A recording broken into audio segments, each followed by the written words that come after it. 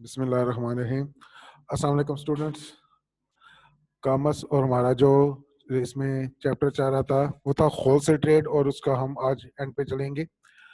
हमने कल जो कल का जो लेक्चर था उसमें कुछ पॉइंट रह गए थे जो कि डिस्कस करने थे। वो डिस्कस करने के बाद हम चलेंगे आज इसके डिसएडवांटेजेस की तरफ। फंक्शंस हम पढ़ रहे थे होलसेलर्स के, और होलसेलर्स के जो फंक्शंस थे हमने उसकी सर्विसेज में देखा। तो प्रोड्यूसर और जो मैन्युफैक्चरर यहाँ तक की सर्विसेज हम पढ़ चुके हैं। और हमारा जो आज का टॉपिक है वो है services to retailer and services to societies. कि जो आपका मैन्युफैक्चरर होगा उसने जो सर्विसेज प्रोवाइड करनी है वो, क्योंकि एक तो वो अपना काम तो कर रहा है, अपनी अर्निंग के लिए काम तो कर रहा है, अपना बिजनेस तो कर रहा है, लेकिन उस बिजनेस में भी आपकी सर्विसेज होती हैं। हमें क्या सर्विस मिल सकती है, या जो उसका रिटेलर है उसको क्या सर्विस मिल सकती है, वो हमने देखनी है आज के इस लेक्चर में। सर्विस टू रिटेलर ये होती है कि जो रिटेलर होगा उसका काम होता है कि चीजें आगे कंज्यूमर को सेल करना। अब जो कंज्यूमर को वो चीजें सेल कर रहा है उसके लिए क्या करेगा, खुद उसने पहले परचेज करनी है।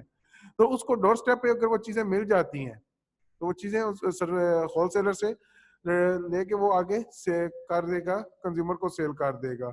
उसको ट्रांसपोर्टेशन की फैसिलिटीज जो होती है वो प्रोवाइड कर देता है अपना जो उसका होलसेलर होता है। फाइनेंशियल हेल्प उसकी कर देगा। फाइनेंशियल हेल्प में आपका क्या होता है कि अगर आपके पास फुल पेमेंट नहीं है जो चीजें आप परचेज कर रहे हैं, तो बल्क में अगर आप ज्यादा चीजें परचेज करना चाहते हैं परचेज करें, और उसके बाद आपका जो अमाउंट होगी उसमें से जो आप पे कर रहे हैं वो दे दिया आपने। पहले पे करने के बाद रिमेनिंग जो अमाउंट होगी उसको आप इंस्टॉलमेंट्स में पे कर सकते हैं, या चीज सेल करने के बाद वो पे कर सकते हैं। तो ये चीजें हमने देखनी है। तो हम इसको पॉइंट टू पॉइंट चलते हैं। हमारा है आज का टॉपिक सर्विसेज टू रिटेलर, और इसमें पहला है आपका रीजनेबल प्राइस। रीजनेबल प्राइस, मुनासिब कीमत। रीजनेबल प्राइस की जब हम बात करते हैं तो ये ऐसी प्राइस होती है जिसमें एक नॉर्मल प्रॉफिट सिर्फ शामिल होता है। नॉर्मल प्रॉफिट जो होगा वो शामिल होगा।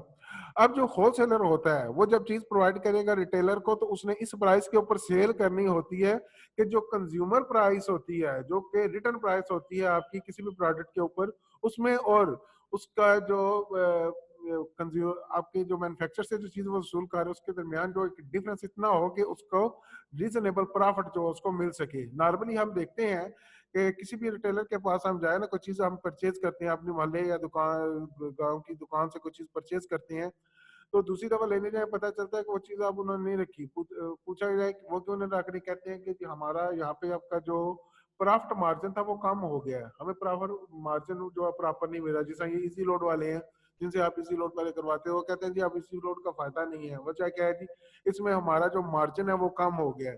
तो मार्जिन कम हो जाने की वजह से क्या होता है कि उनकी इन्वेस्टमेंट जो होती है वो तो अपनी जगह पे ही है, लेकिन मार्जिन कम होने से क्या होगा, उनका प्रॉफिट मार्जिन जो उनका जो इन्वेस्टमेंट होती है वो प्रॉपर उनको रिटर्न नहीं दे सकती। तो वो क्या करते हैं कि जो अल्टरनेट होता है उसका उसकी तरफ वो चले जाते हैं जहां से उनको प्रॉपर किसी चीज की जो है वो कीमत मिल सकती है। तो रीजनेबल प्राइस से मुराद आपका यही होगा कि आपका जो कंज्यूमर होगा, आपका जो होलसेलर होगा, वो जब रिटेलर को कोई भी चीज प्रोवाइड करेगा तो उसकी प्राइस इतनी रीजनेबल हो कि उसमें इजीली उसको जो है प्रॉफिट मिल सके। Wholesaler have link with the retailer and they maintain good relation with them by supplying the goods at reasonable price. Due to this, the profit of the retailer increase. कि आपका जो retailer होता है इसकी वजह से उसका प्रॉफिट क्या होता है वो इंक्रीज कर जाता है। नेक्स्ट आपका क्रेडिट फैसिलिटीज। क्रेडिट फैसिलिटी में हमने ये कुछ टॉपिक ऐसे हैं या कुछ पॉइंट्स ऐसे हैं जब हमने सर्विसेज टू मैन्युफैक्चरिंग में पढ़ा उसको, वही आपके सर्विसेज टू रिटेलर में भी आ रहे हो, और सोसाइटी में भी कुछ चीजें आपकी रिपीट होंगी। तो जो चीजें रिपीट होने वाली है वो उसको मैं ज्यादा डिटेल के साथ नहीं करवाऊंगा क्योंकि वो एक जैसी है उनकी लॉजिक। तो क्रेडिट टू फैसिलिटीज में अगर देखा जाए तो क्रेडिट फैसिलिटी क्या होती है कि आपने जो चीज परचेज करनी होती है, अगर आपके पास उस वक्त उसके कैश पेमेंट नहीं है तो आप चीज परचेज करेंगे, और परचेज करने के बाद उसकी जो कीमत होगी वो आप बाद में अदा कर सकते हैं। मीन सेल करने के बाद चीज आप उसको वो पेमेंट आप वापस कर सकते हैं, लौटा सकते हैं। तो ये आपको क्रेडिट फैसिलिटी होती है। Generally the wholesaler sell goods to retailer on credit.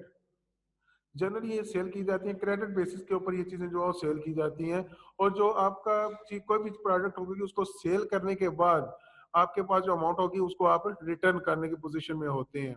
तो इससे आपका क्या होता है, एक तो सेलर जो होलसेलर होता है उसके पास भी जो जो भी वो प्रोडक्ट वो सेल कर रहा है उसको ज्यादा वेट नहीं करना पड़ता, उसको अपने पास ही रखनी पड़ती है, उसके साथ 5 चीजों की तरसील जारी रहती है। स्टोरेज फैसिलिटीज, स्टोरेज फैसिलिटी क्या होगी कि आपका जो रिटेलर होता है वो नॉर्मली छोटी शॉप होती है, ढाबे होती हैं इस तरह की होंगे कि जहाँ पे उनको वो चीज़ों को ज्यादा मिकदार में स्टोर नहीं कर सकते। अगर वो ज्यादा परचेज करना भी चाहते हैं तो क्या करेंगे, उनको थोड़ी मिकदार में अपने पास स्टोर कर सकते हैं। तो क्या होता है कि अगर वो थोड़ी चीजें परचेज करते हैं तो उनको वो प्रॉपर उनके पास अगर स्टोरेज नहीं होगी तो वो अपना जो ज्यादा चीजें परचेज करने से जो उनको एक डिस्काउंट फैक्टर मिलता है वो नहीं मिल सकेगा उनको। तो होलसेलर जो होता है ये स्टोरेज फैसिलिटी भी उनको प्रोवाइड करते हैं कि उनके पास स्टोर होगी, क्योंकि उनके करीब होगी चीजें होंगी तो जैसे जैसे उनकी डिमांड आएगी उसके मुताबिक वो चीजें उनको देते रहेंगे। पेमेंट एक दफा अगर उन्होंने वसूल करनी है तो ऑर्डर एक दफा मिल जाएगा और वो ऑर्डर जो होगा मुख्तलिफ हिस्सों में उनके पास आएगा। The retailer can purchase the various goods in small lot according to the consumer demand. Thus, they do not need to store the goods in the bulk in the presence of the wholesaler. जब wholesaler है तो उसको पता है कि हमें जब भी कोई चीज मैंने खरीदनी है तो मुझे फौरन जो है मैं ऑर्डर प्लेस करूंगा, वो चीज मेरे पास पहुंच आएगी, तो उसको वो चीजें स्टोर करने की जरूरत नहीं है। बल्कि क्या होगा कि वो जब आप जैसे डिमांड आएगी चीजें खत्म हो जाती हैं तो वो ऑर्डर जब प्लेस करेगा तो within few minutes or within few hours वो चीजें आपके पास पहुंच आ जाएगी। अगर supply of the different commodities, आपका जो प्रोड्यूसर्स होते हैं आज का वो भी चेन ऑफ प्रोडक्शन जो चेन की शक्ल में चीजें जो है वो प्रोड्यूस कर रहे हैं। जिस बड़ी मल्टीनेशनल कंपनीज होती हैं, हम यूनिलीवर की एग्जांपल देते हैं, अगर वो शैम्पू बना रहे हैं तो हो सकता है 4 किस्म के शैम्पू हो, उनके साबुन बना रहे हैं 4 किस्म के शैम्पू वही बनाएंगे। तो आपका क्या होगा, जो होलसेलर उनके साथ अटैच होते हैं, जो भी होलसेलर उनके साथ अटैच होते हैं उन्होंने क्या करना होता है, उनसे आप वेरियस जो आपके पास मुख्तलिफ तरह की आपके पास प्रोडक्ट्स होती हैं वो परचेज कर सकते हैं। The wholesaler stock various products from the different producers, और डिफरेंट प्रोड्यूसर से वो चीजें खरीदते हैं। वो जैसा एजेंसी है ना, तो एजेंसी वाले तो जिस जो चीज की एजेंसी होगी उसके अलावा वो चीजें नहीं रख सकते, तो उसी से लेना है। लेकिन जो होलसेलर है वो मुख्तलिफ एजेंसी होल्डर से या मुख्तलिफ कंपनी से वो चीजें परचेज करके अपने पास स्टोर करेंगे और उनके वो सील करेंगे, सेल करेंगे उनको। The retailer may buy variety of the product in their own choice from one wholesaler, और आप एक ही होलसेलर से अपने मुख्तलिफ जो आपके पास चॉइसेस हैं उसके मुताबिक आप चीजें परचेज करने की पोजीशन में होते हैं, चीजें परचेज कर लेंगे। नेक्स्ट है आपका इमीडिएट डिलीवरी, कि फौरन चीजें आपकी पोजीशन में आ जाती हैं। जो चीज आपने परचेज करनी है वो आपकी पोजीशन में फौरन आ जाएगी। अगर आपने कोई चीज परचेज किया और करीब से आपका जो कोई करीबी होलसेलर आपसे वो चीज खरीद रहे हैं तो फौरन आपकी पेमेंट के बाद वो चीज आपकी पोजीशन में आ जाती है।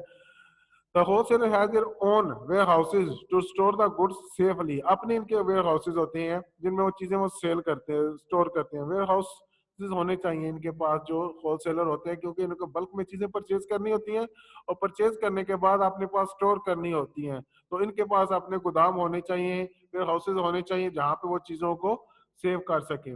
दे purchase and store the goods in bulk, वो बल्क में चीजें जो परचेज करते हैं और आगे कंज्यूमर को सेल करते हैं। मैंने कहा था कि होलसेलर का काम जो होता है वो प्रोड्यूसर से की चीजें जो है रिटेलर तक पहुंचाना होता है। अब एक जो आपका प्रोड्यूसर है उसके आगे चंद जो होलसेलर होंगे, हर शहर में चंद एक होलसेलर होंगे, और खास होलसेलर के आगे लातादाद आपके जो है रिटेलर हो सकते हैं। कोई भी बंदा आके उनसे चीजें परचेज कर सकता है। तो वो क्या करते हैं आपकी, वो कोई भी बंदा वो चीज परचेज करेगा उसकी डिमांड के मुताबिक फौरन चीजें उनको प्रोवाइड की जा सकती है। ट्रांसपोर्ट फैसिलिटीज उनको प्रोवाइड करते हैं। ट्रांसपोर्ट फैसिलिटीज कैसे प्रोवाइड करेंगे कि जो चीजें उन्होंने परचेज करनी है, आजकल आप देखें कि वो जो पहला एक कंसेप्ट पाया जाता था कि चीजें आपके पास नहीं है, आपने अपनी दुकान के लिए चीजें खरीदनी है, पहले आप दुकान बंद करें, शटर बंद किया, फिर आप वो चीजें खरीदने गए हैं, उसके बाद आपने उसके लिए ट्रांसपोर्टेशन चार्जेस पे किया, कोई भी आपने गाड़ी के ऊपर आके लेके आए, फिर आपने वो सेल की। अब ये सिचुएशन बिल्कुल चेंज हो चुकी है। आप जो भी आपका होलसेलर है वो आपको जो रिटेलर है उसको दो स्टेप वो चीजें प्रोवाइड करते हैं। नॉर्मली आपके ऑर्डर टेकर आएंगे, वो चीजें आपसे जो जो चीजें आपने खरीदनी है उनका ऑर्डर आपसे लेंगे। ऑर्डर लेने के बाद आपको कुछ घंटों के बाद वो चीजें आपकी जो दुकान होती है या आपका आपकी शॉप या कोई भी आपका वेयर हाउस है वहां तक वो चीजें आपको पहुंचा दी जाती हैं। तो इस सूरत में आपका जो रिटेलर है उसको वो ट्रांसपोर्ट की जो फैसिलिटी है वो भी साथ ही होलसेलर की तरफ से प्रोवाइड की जाती है, क्योंकि आपके डोर स्टेप पर वो चीजें आपको मिलेंगी जो आपने सेल करनी है। कंसल्टेंसी, कंसल्टेंसी होती है कि आपने कि जो भी उनको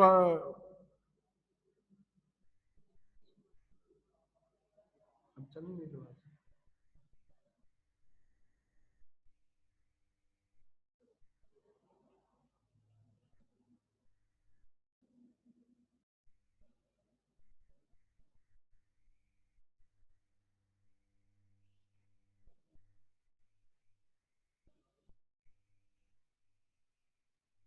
आगे की आगे कंसल्टेंसी हम पढ़ रहे थे। कंसल्टेंसी में क्या होता है कि होलसेलर और वेरी एक्सपीरियंस पर्सन होते हैं, ये एक्सपीरियंस पर्सन होते हैं, इनको मुख्तलिफ चीज़ें जो सेल कर रहे हैं उनके वाले से इनके पास एक्सपीरियंस होता है।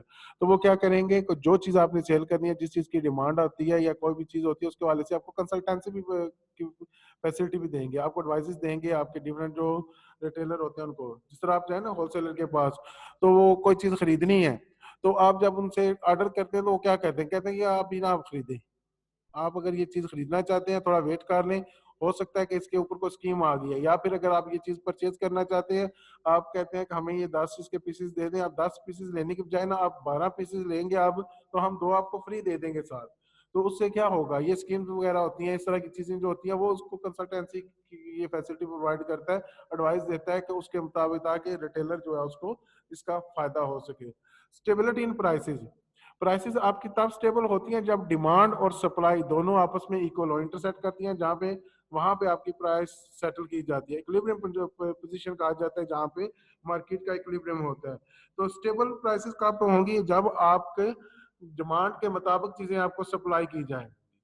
तो क्या होता है कि होलसेलर अगर वो चीजें खरीद के अपने पास रख लेता है, प्रोडक्शन का इसके साथ कोई तल्लुक नहीं होता कि चीजें सप्लाई के साथ डायरेक्ट प्रोडक्शन सप्लाई का तलक होता है आपके वेयर हाउस से चीजें मार्केट में लाने तक जो होता है। आपका प्रोडक्शन से वेयर हाउस पे जो चीजें जा रही हैं उसका सप्लाई के साथ डायरेक्ट कोई तलक नहीं है। डायरेक्ट तलक होगा जब आपके वेयर हाउस से चीज निकलेगी और मार्केट में आएगी। वो जो वेयर हाउस से निकल के मार्केट में आएगी वो मार्केट की का इक्विलिब्रियम में जो है वो उसको मेंटेन करेगी या उसको डिस्टर्ब करेगी, वो प्राइस लेवल को अफेक्ट करेगी। तो अगर आपके पास ज्यादा प्रोडक्ट चीजें प्रोड्यूस आपने करनी है या ज्यादा क्वांटिटी में आपके पास चीजें हैं तो उनको आप अपने पास स्टोर कर लेंगे और जो मार्केट में डिमांड होगी उसके मुताबिक आप चीजें वो जो है मार्केट में सप्लाई करेंगे। Wholesaler helps in forecasting the demand of the commodities to the regulate the supply accordingly। तो वो जो फोरकास्ट कर सकता है कि आने वाले वक्त में चीजों की डिमांड क्या हो सकती है और उसके मुताबिक उन्होंने चीजें सप्लाई करनी होती है। देखिए कहीं पे भी आपका ना तो सरप्लस होना चाहिए सप्लाई में, ना ही आपकी कोई डेफिसिट होना चाहिए, शॉर्टेज होनी चाहिए। आपका अगर आप प्रॉपर कीमत लेना चाहते हैं किसी चीज की तो उसके लिए डिमांड और सप्लाई का आपस में इक्विलिब्रियम होना चाहिए। और इक्विलिब्रियम इसी सूरत में हो सकता है कि जब आप गोदामों से वही चीजें आप उतनी मिकदार में निकालें जितनी आपको जरूरत है। अवेलेबिलिटी ऑफ गुड्स, गुड्स जो आपको अवेलेबल है वे होलसेलर जो होते हैं रिटेलर को जो वो चीजें सेंड कर रहे हैं वो फौरन को मिल जाएंगे, आपके पास चीजें अवेलेबल होंगी। और कंज्यूमर इस पोजीशन में होगा कि डिफरेंट कमोडिटीज जो होती हैं वो खरीदने की पोजीशन में उस सूरत में हो सकता है जब रिटेलर के पास वो चीजें होंगी। और रिटेलर का वो चीजें खरीद सकता है जब होलसेलर उसको ये चीजें फौरन मुहैया कर देगा।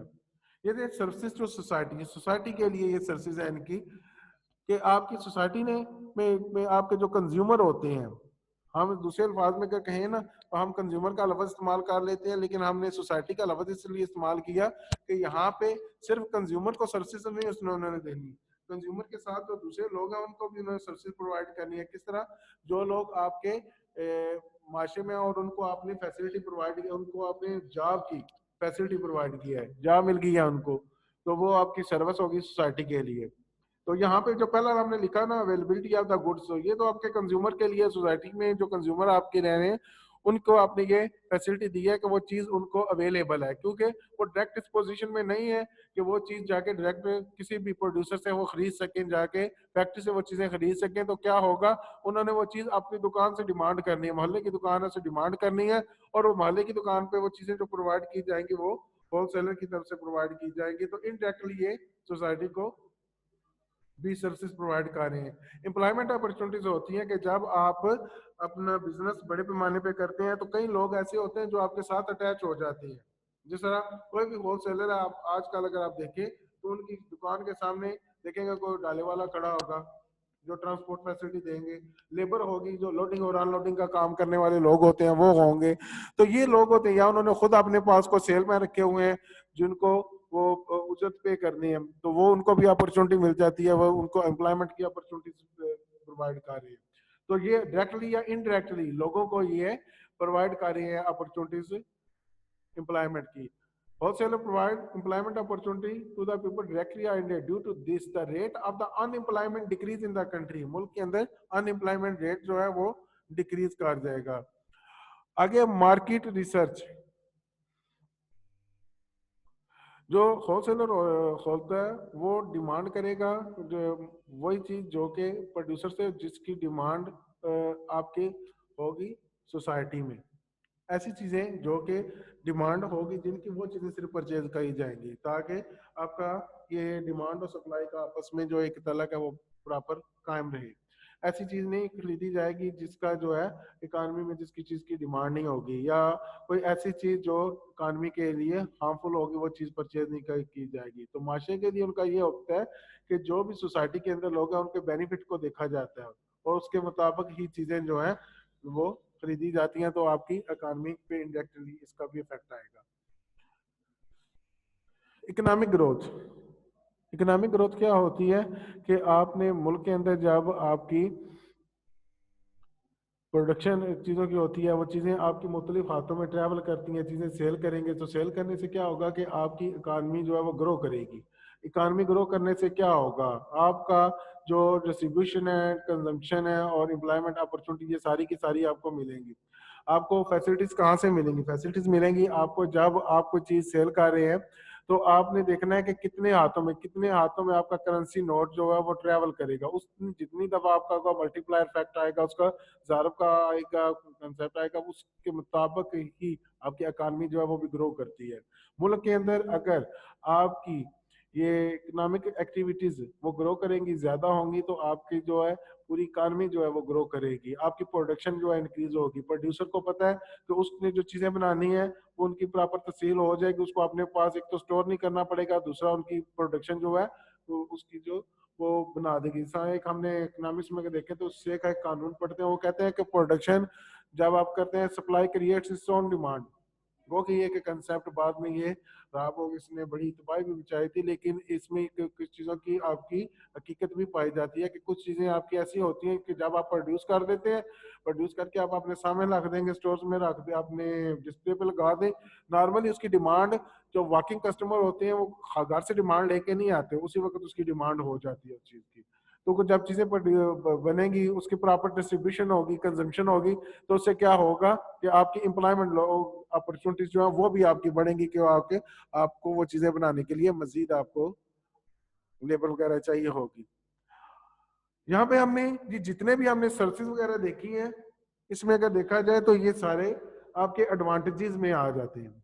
हमने फायदे देखे हैं कि होलसेलर को वो कौन कौन सी सर्विसेज दे सकते हैं, उसको क्या फायदा पहुंच सकता है। हमने ये देखा कि रिटेलर को वो कौन कौन सी सर्विसेज दे सकते हैं, उनको क्या फायदा पहुंच सकता है, और हमने ये देखा कि सोसाइटी के लिए वो किस तरह बेनिफिशियल है। आगे आपका है इसके कुछ डिसएडवांटेजेस भी हैं। नॉर्मली होलसेलर जो है उस तरह के कुछ चीजें ऐसी होती हैं कि जिनको वो अपने पास होल्ड कर लेता है। जिस तरह आप देखें कि बजट जब करीब होता है तो पहले से अगर पता चल जाए कि कुछ चीजों के ऊपर गवर्नमेंट टैक्स लगाने जा रही है और आने वाले वक्त में वो चीजें महंगी हो सकती हैं, तो उनको क्या किया जाता है, स्टोर कर लिया जाता है और इतनी मकदार में स्टोर की जाती है कि वो शॉर्टेज की तरफ आ जाती है। और शॉर्टेज में आपका क्या होगा कि डिमांड आपको पुश कर रही है लेकिन सप्लाई नहीं है, तो उससे क्या होगा, चीजों की कीमत जो है वो इंक्रीज करना शुरू हो जाएगी। तो डिमांड की पुश करने की वजह से वो प्राइस जो है आपकी इंक्रीज कर जाती है। आप जैसे सिगरेट देख रहे हैं, हर बंदे को पता है कि जो जो भी बजट आता है उसमें और कोई टैक्स लगे या ना लगे, सिगरेट के ऊपर ज्यादा टैक्स लगता है, इसलिए कि लोग उसकी कंजम्पशन जो है वो कम कर दें और लोगों की परचेसिंग पावर से निकले वो चीज। लेकिन जो आदि लोग हैं वो पियेंगे फिर भी इसको, तो गवर्नमेंट जो है इस चीज का फायदा भी लेती है। हमने इसे अल्टरट्रेशन, इसमें क्या होती है, चीजें मिक्स कर देना। आपका जो होलसेलर होता है वो एक चीज ये भी करेगा कि अपने जो मुख्तलिफ प्रोडक्ट्स होती हैं उनको आपस में मिक्स कर सकता है, इंफीरियर क्वालिटी और सुपीरियर क्वालिटी को आपस में मिक्स करके अल्टरेशन करके उनको क्या कर सकता है, वो सेल कर सकता है। जिस तरह हम मार्केट में अभी आपके पास जो एग्जांपल हमारे पास मौजूद है, हम चावल की एग्जांपल ले सकते हैं, चीनी है उसकी एग्जांपल ले सकते हैं। चावल की अगर हम एग्जांपल लेते हैं राइस की, तो देखें आप मार्केट जाएंगे, अगर किसी भी शॉप पे जाएं तो आपको हो सकता है वहां पे 4 किस्म के चावल मिले आपको, मुख्तलिफ प्राइसेस पे आपको मिले। तो आप क्या करें, आपने इन्फीरियर क्वालिटी आपके एक, अगर आपने उसमें बैग जो है 4 आपकी अच्छी क्वालिटी के बैग है, उसमें एक या 2 आप इन्फीरियर क्वालिटी के बैग जो है मिक्स कर देते हैं, तो उससे पता नहीं चलता आपको। नॉर्मली वो घर में जब पकाए जाते हैं चावल तो बाद में पता चलता है कि इसमें जो है कुछ चावल गल गए हैं तो कुछ में जो है वो नहीं गले हैं, कुछ ज्यादा गल गए हैं, कुछ कम गले हैं। उसकी वजह क्या होती है कि वो जो चीज होती है उसको आपस में मिक्स किया गया है, उसकी इंफीरियर क्वालिटी और सुपीरियर क्वालिटी को आपस में मिक्स किया गया है, अच्छी क्वालिटी और बुरी क्वालिटी की चीजें उन्होंने मिक्स की हुई हैं। दूसरा, आजकल आप देखें किसी भी दुकान पे चले जाएं तो चीनी लेनी हो तो वहां पे 2 बैग आपको नजर आएंगे, एक लिखा होगा पाकिस्तानी चीनी, दूसरा लिखा हुआ इम्पोर्टेड चीनी, इम्पोर्टेड शुगर और पाकिस्तानी शुगर। एक के ऊपर कीमत जो लिखी होगी वो 100 रुपये लिखी होगी, 110 500 रुपये लिखी होगी, दूसरे के ऊपर कीमत जो होगी 83 रुपीज होगी। अब क्या होगा, वो जो सस्ती उनको चीनी मिली है वो लेके अगर दूसरी चीनी जो पाकिस्तानी चीनी है, अच्छे वाली क्वालिटी वाली चीनी है, उसमें अगर वो मिक्स कर देते हैं, मिक्स करके भेज देंगे, तो जो खरीदार होता है उसको नहीं पता चलेगा कि वो कौन सी इसमें, क्योंकि उनके दोनों में के कलर्स में भी फर्क है, साइज में फर्क है, वो बिल्कुल बारीक है। लेकिन जब एक तरफ आपने 10 बैग रखे हुए हैं, उन 10 बैग में अगर आप 2 बैग को दूसरी चीनी के भी मिक्स कर देंगे तो कोई फर्क नहीं उसका नजर आएगा हमें, क्योंकि वो मिक्स होके वो सबके साथ वो एक जैसी हो जाएगी। इसी तरह दूसरी भी कई इस तरह की प्रोडक्ट्स होती हैं जिनको आपस में मिक्स करके जो है होलसेलर जो है वो सेल कर देते हैं। तो इस ये आपका डिसएडवांटेज। दूसरा ये है कि ब्लैक मार्केटिंग। ब्लैक मार्केटिंग मैंने पहले अभी आपको बताया कि चीजें होल्ड कर लेना, चीजें होल्ड कर लेना। इस्लाम भी इस चीज को मना करता है कि आपके जो चीजों की होती है होल्डिंग वो नहीं कर सकते अगर आपका मकसद जो है प्राइस इंक्रीज करना होता है, क्योंकि हमारा जो इस्लामी निज़ाम है एक माशी निज़ाम भी है। इसमें वो जो डिमांड हमारे जो इकोनॉमिक्स के हम लॉज पढ़ते हैं वो सारे इसके ऊपर अप्लाई भी होती है कहीं, कि इसमें अगर आप होल्ड करेंगे तो क्या होगी, मुल्क आपकी चीजों की शॉर्टेज होगी तो क्या होगा, प्राइसेस इंक्रीज होंगी, जिसमें आपके कंज्यूमर जो होते हैं वो एक्सप्लॉइट होते हैं, एक्सप्लॉइटेशन होती है उनकी, वो इस्तेसाल होता है उनका। तो होलसेलर क्या होते हैं, वो इलीगली चीजों को अपने पास स्टोर कर लेते हैं, चीजों को अपने पास क्या करेंगे, वो स्टोर करेंगे और चीज का वेट करेंगे कि जब उनकी चीजों की कीमत बढ़ेगी, प्राइसेस इंक्रीज होंगी, तो उस वक्त वो सेल करेंगे। तो प्राइसेस इंक्रीज करने के लिए जैसे हमारी, अगर हम इसकी देखते हैं चीनी की एग्जांपल है, कुछ तो गवर्नमेंट ने बाहर पहले एक्सपोर्ट कर दी थी, उसको मिसमैनेज किया गया था, उसको जो हमारी डिमांड और सप्लाई थी, डिमांड को हमने इसको किया था, जो जजमेंट की थी, मिस जजमेंट थी हमारी, तो हमने ज्यादा चीनी जो है बाहर भेज दी, अपनी जरूरत से ज्यादा चीजें, जरूरत से कम चीजें अपनी चीनी जो है पास रखी थी। दूसरा, ब्लैक मार्केटिंग का कंसेप्ट पाया जाता है कि इसकी कीमत जो है वो इस वजह से भी बढ़ी है कि लोगों के जिनके पास थी उन्होंने अपने पास इसको सेव किया हुआ है, अपने पास स्टोर किया हुआ है। फिर इसके बाद आपका डॉलर की एग्जांपल ले लें, उसकी कीमत क्यों बढ़ी है, क्योंकि मनी चेंजर्स हैं या जिनके पास डॉलर है उन्होंने उसको होल्ड कर लिया और वेट कर रहे हैं कि इसकी कीमत इंक्रीज करे। तो ये ब्लैक मार्केटिंग होती है। इसमें आप क्या करते हैं कि वेट करते हैं कि चीजों की कीमत जब इंक्रीज करेगी तो उस वक्त इन चीजों को हम जो है वो सेल करेंगे। फिर आजकल जी मोनोपोली। मोनोपोली आपकी ऐसी पोजीशन होती है मार्केट की जिसमें आपके पास सिर्फ एक सिंगल आपका प्रोड्यूसर होता है जो कि चीजों की सप्लाई के ऊपर और उसकी कीमत के ऊपर मुकम्मल कंट्रोल रखता है। तो बाद का होलसेलर जो होते हैं वो मोनोपोली भी क्रिएट कर लेते हैं कि उनके पास सिर्फ डिस्ट्रीब्यूशन है किसी भी चीज की, तो उस डिस्ट्रीब्यूशन से उनको पता है कि दूसरा कोई बंदा इसके पास उसकी डिस्ट्रीब्यूशन नहीं है, तो वो अपनी मर्जी के मुताबिक प्राइसेस वगैरह चार्ज कर सकते हैं। नॉर्मली जो आपके जो ब्रांड्स होते हैं अगर हम उसके अजवा की एग्जांपल ले लेते हैं या इस तरह की जिसकी आपके फ्रेंचाइजी में होती हैं चीजें, तो वो क्या करते हैं, वो एक जगह पे जब आपने वो सप्लाई अपनी डिमांड दे दी है, कोई भी अ, आपने डिस्ट्रीब्यूशन दे दिया किसी को, तो उसके बाद 20 किलोमीटर आगे पीछे उसको किसी तरफ भी आप दूसरी डिस्ट्रीब्यूशन नहीं देंगे ताकि वो लोग उसी के साथ अटैच हो जाए। तो ये मोनोपोली की सिचुएशन होती है। जब मोनोपोली की सिचुएशन आ जाएगी तो उससे क्या होता है कि आप कंज्यूमर से हैवी प्राइसेस वगैरह जो होती है वो भी चार्ज कर सकते हैं, और कंज्यूमर वो प्राइस देने के लिए मजबूर होते हैं क्योंकि उनको पता है उसका क्लोज कोई कंपेटिटर नहीं है जिससे वो चीज खरीद सके कि एक ही बंदे के पास है, अगर आपने लेनी है वो ले लेंगे, अगर नहीं लेनी तो आप छोड़ देंगे, आपके पास शॉप चेंज करने की, दूसरी शॉप ट्रैवल करने की नहीं है इसमें। ब्लैक मार्केटिंग में भी आपका वो स्टोर हमने पहले देख चुके हैं कि इसमें आप स्टोरेज करेंगे जो चीज़ों की, वो इलीगल करेंगे चीज़ों की स्टोरेज, अपना प्रॉफिट जो है मैक्सिमाइज करेंगे। एक्सप्लॉयटेशन ऑफ द मैन्युफैक्चर, जो मैन्युफैक्चर है उनको भी एक्सप्लॉयट किया जाता है बाज़ औक़ात होलसेलर्स की तरफ से, क्योंकि होलसेलर जो होता है उसका काम क्या होता है, उसने चीज़ों की तरसील करनी होती है कंज्यूमर तक, और कंज्यूमर तक डायरेक्ट नहीं करेगा, उसने रिटेलर को देनी है, रिटेलर के पास होगी चीज़ तो आगे कंज्यूमर यूज करेगा। अब कंज्यूमर जब यूज करेगा उसकी डिमांड पूरी होगी तो फिर दोबारा डिमांड उसकी जो है आएगी। अगर होलसेलर ने वो चीजें परचेज नहीं की, मैन्युफैक्चर वो चीजें सेल करना चाहता है, उसने बना ली है, लेकिन होलसेलर जो है अपने कुछ मकासद है उससे हासिल करने के लिए, अपनी फेवरेबल टर्म्स लेने के लिए वो क्या करेगा, उससे वो चीज ही नहीं परचेज करेगा। अब प्रोड्यूसर जो होता है, जो भी आपका मैन्युफैक्चरर होता है, उसका डायरेक्ट लिंक जो होता है वो होगा होलसेलर के साथ। अब होलसेलर अगर वो उससे चीजें नहीं खरीदेगा तो आगे की चेन जो है वो रुक जाएगी, क्योंकि एक चेन की शक्ल में काम करेगा ये कि प्रोड्यूसर है या मैन्युफैक्चरर है, मैन्युफैक्चरर से होलसेलर है, होलसेलर से रिटेलर है, रिटेलर से आगे कंज्यूमर है। अगर वो चीज मैन्युफैक्चर जो है रिटेलर से प्रोड्यूसर से लेगा ही नहीं, तो आगे जो आपका रिटेलर होता है या कंज्यूमर है उनके हैंड में वो चीज नहीं जाएगी, तो क्या होगा, वो उससे प्रोड्यूसर जो है उसको एक्सप्लॉइट किया जाएगा, उसको अपने फेवरेबल टर्म्स लेने के लिए, अपने मकासद पूरे करने के लिए आप क्या करेंगे, उसको ब्लैकमेल करेंगे। और एट द एंड हमारे पास है ये इसकी मुनाबली का, हमने पहले बता दिया कि वो मुनाबली क्या हो गई है कि आपकी ऐसी सिचुएशन होती है जहाँ पे एक सिंगल प्रोड्यूसर होता है जो कि चीज़ों को प्रोड्यूस करता है और उसको सेल करता है मार्केट में, प्रोड्यूस करेगा और मार्केट में सेल करेगा, और मुकम्मल उसका कंट्रोल होता है किसी भी चीज़ की जो सप्लाई होती है उसके ऊपर भी, और उस चीज़ की जो कीमत होती है उसके ऊपर, दोनों के ऊपर उसका मुकम्मल कंट्रोल होता है। वो अपनी मर्जी की टर्म्स जो है वो ले सकता है, जब वो चाहे मार्केट में चीज़ों को ब्लैक कर दे, चीज़ें अपने पास जो होल्ड की हुई है उसने वो ना निकाले, आगे जो आपका रिटेलर होगा वो चीज़ें रिटेलर तक नहीं पहुंचेगी, तो आगे कंज्यूमर जो है वो चीज़ें कंज्यूम नहीं कर सकेगा। तो मोनोपोली की सिचुएशन जब क्रिएट करेगा तो उसका डायरेक्ट इफेक्ट जो आता है वो कंज्यूमर के ऊपर आता है कि कंज्यूमर जो होता है वो चीज परचेज करने की पोजीशन में नहीं होता। ये था बच्चों आज का लेक्चर। इंशाल्लाह कल हमारा ये टॉपिक यहाँ से क्लोज हो जाता है, कल इंशाल्लाह रिटेल ट्रेड जो है वो हम करेंगे। अपना ख्याल रखिएगा, अल्लाह हाफिज।